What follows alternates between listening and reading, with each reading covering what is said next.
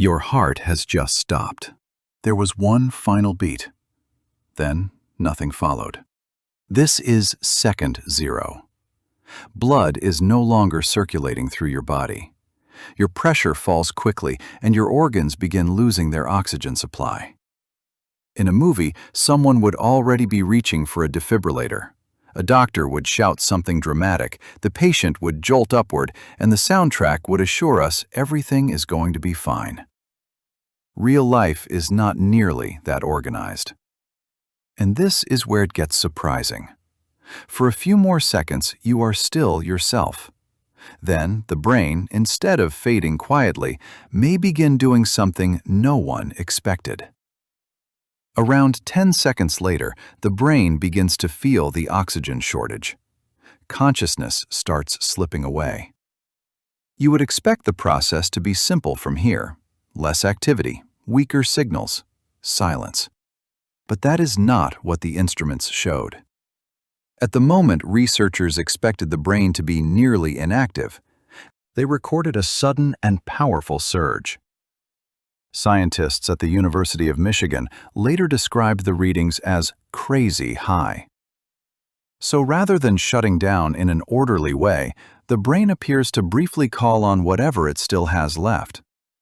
Almost like an office that spent the entire day working normally, then remembered several urgent tasks just as everyone was about to leave. Now comes the hardest question. What might a person actually be experiencing while the machines are recording that strange burst of activity? People who were revived after cardiac arrest often describe surprisingly similar sensations. A brilliant light, the sense of looking down on their own body, and a remarkable calm.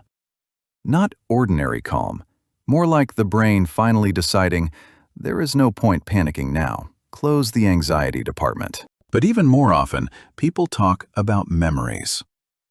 We usually imagine this moment as a carefully edited movie of our greatest moments. A wedding, the birth of a child, major victories, graduation. Everything important enough to make the trailer. But the brain may choose a very different set of scenes.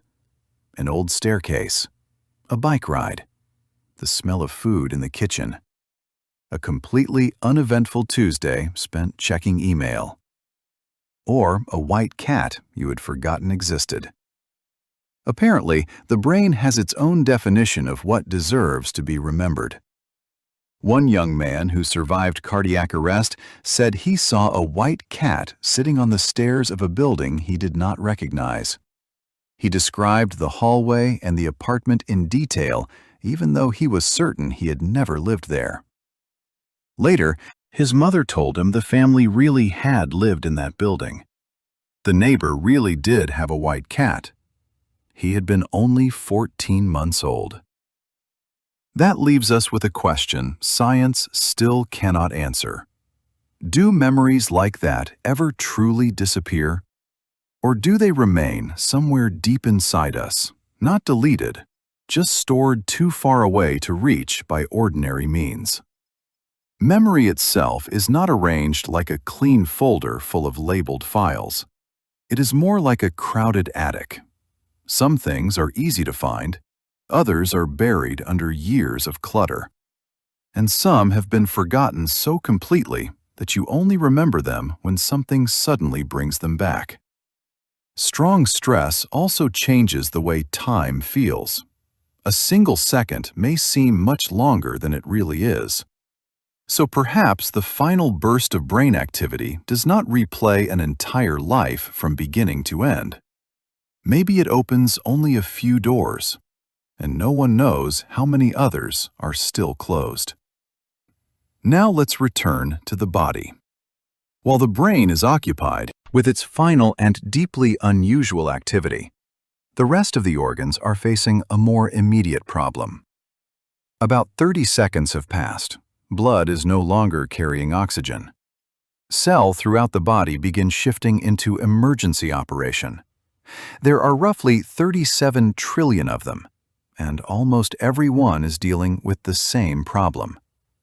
The normal energy supply is disappearing. Usually, cells produce energy with the help of oxygen. Now, they have to use a backup system. It works, just not very well. Imagine a generator that can keep a house running, but rattles, smokes, and makes it very clear that this arrangement is temporary. That is roughly what is happening inside the cells. Lactate begins to build. Acidity changes. Maintaining order inside the cell becomes harder with every second. At the same time, the brain is losing control over the muscles. The body relaxes.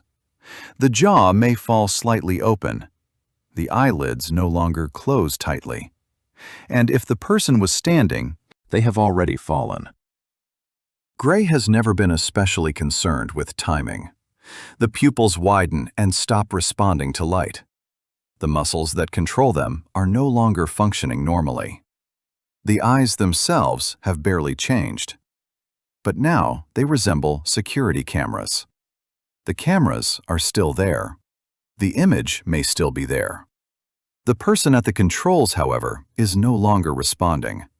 And that leaves one question. Are we sure the operator is already gone? And here the story becomes strange again. Sam Parnia is a physician and resuscitation researcher at New York University. For more than 20 years, he has studied what happens to consciousness during cardiac arrest. The AWARE projects followed hundreds of patients across 25 hospitals, and the results were far less straightforward than expected. In the AWARE-2 study, published in 2023, around 40% of interviewed survivors said they experienced some form of awareness during resuscitation. About 1 in 5 recalled clear thoughts, fragments of memory, and the feeling that what they experienced was completely real. A smaller number also said they could hear or see what was happening nearby. Even though, from the outside, the person was not moving, not responding, the heart was not beating on its own. Doctors were performing chest compressions and trying to restore circulation. And yet, according to some of these reports, complete silence may never have arrived on the inside. The body had stopped responding. But consciousness, apparently, had not received the official notice that everything was over. Many survivors also described another unusual feeling. They believed someone was there with them. Some saw a deceased parent, a grandparent. Others felt that a loved one had come to meet them. Some heard that it was not yet time to leave. Others felt as though they were being led somewhere. Science still cannot say exactly what these experiences were. Perhaps the brain was creating a vivid and comforting vision. Perhaps the experience came from memory, oxygen deprivation, and unusual neural activity. Or perhaps we simply do not understand the full mechanism yet. That is not the most satisfying answer. But an honest "we do not know yet" is still better than a confident invention. One detail, however, appears again and again. Many people do not describe emptiness. They do not speak about overwhelming fear or severe pain. They speak about peace.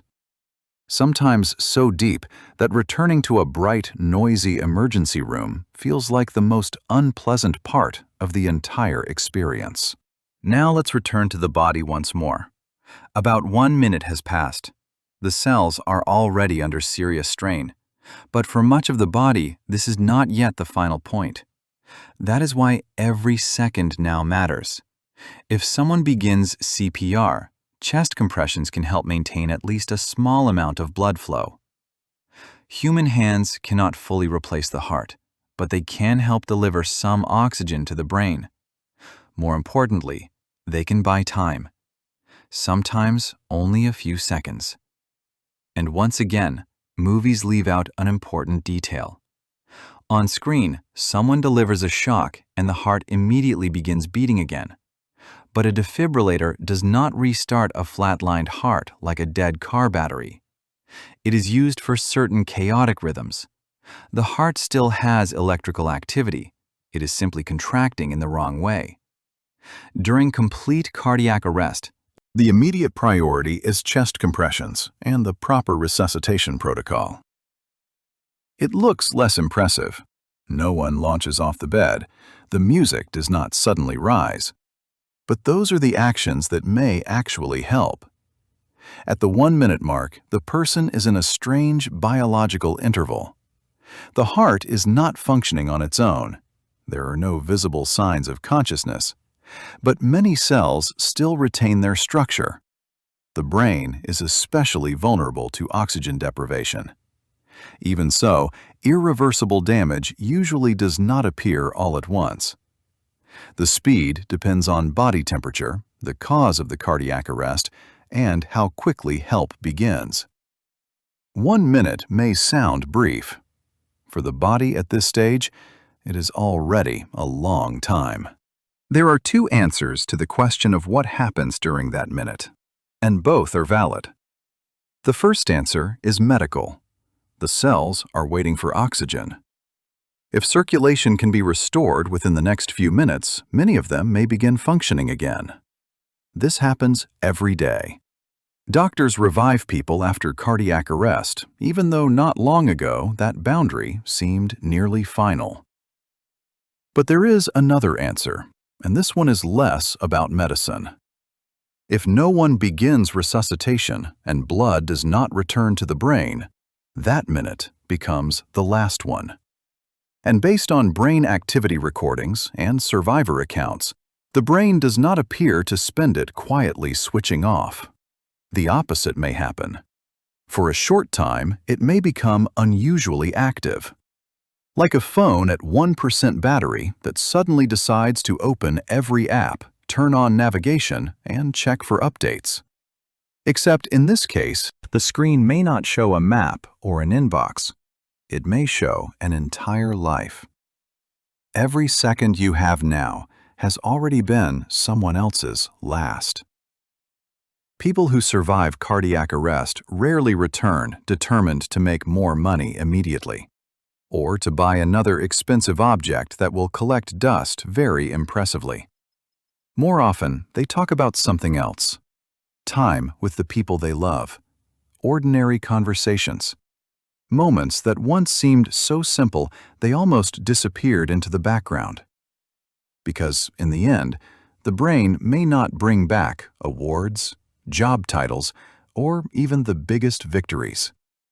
It may return a morning in the kitchen, a familiar voice, the road home, light through a window, and an ordinary day you barely noticed. Perhaps memory has been saving far more than we realize. And in the final minute, it simply opens the archive.